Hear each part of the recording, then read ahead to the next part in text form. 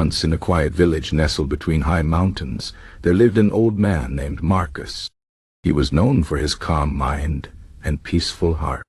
People often came to him for advice, especially when they were troubled by fear or sadness.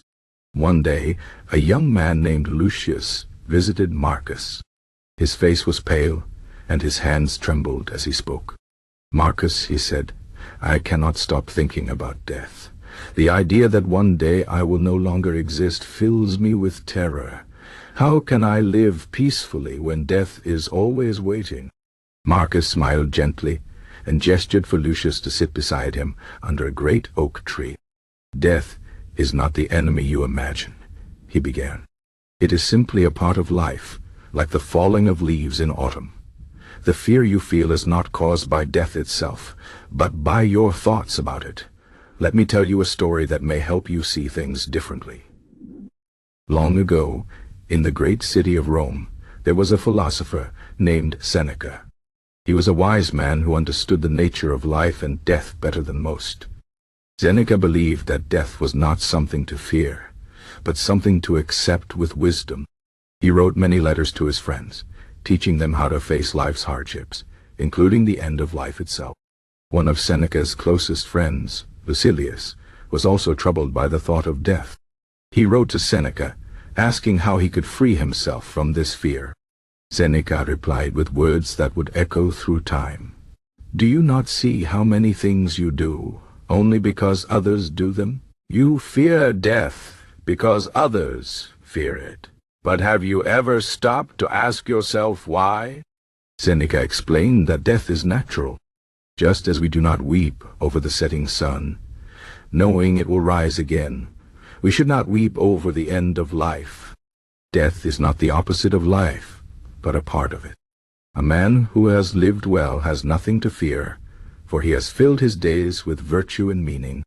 Seneca wrote, "Life, if well lived, is long enough."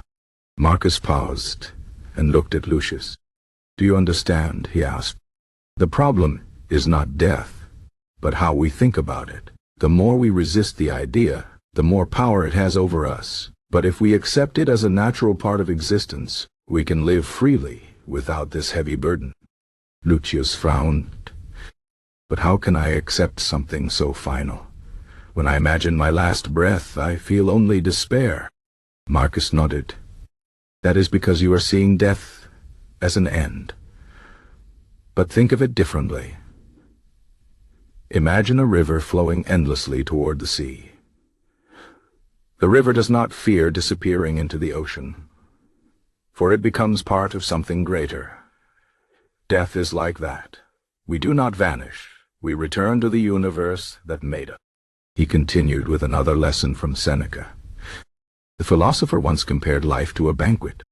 Some guests leave early, others stay longer, but all must depart eventually. Would you complain if you were asked to leave a feast after enjoying your fill? No. You would thank the host and go peacefully. Life is the same. When our time comes, we should leave with gratitude, not fear.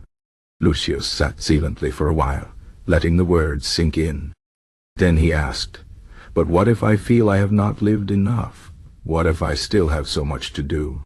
Marcus replied, "That is why Seneca urged people to live each day as if it were their last, not with panic but with purpose.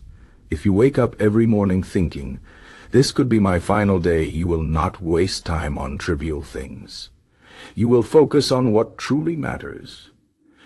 Kindness, learning, love. And when death comes, you will..." He told Lucius about a Roman general who carried a slave with him wherever he went. The slave's only duty was to whisper in the general's ear, "Remember, you are mortal." This was not to frighten him, but to remind him to live wisely. The general knew that accepting his mortality made him a better leader and a better man. The Stoics, Marcus explained, believed that death is not the worst thing that can happen to us. A life lived in fear is far worse. When we stop fearing death, we become free. Free to enjoy the present moment. Free to act with courage. free to act with courage.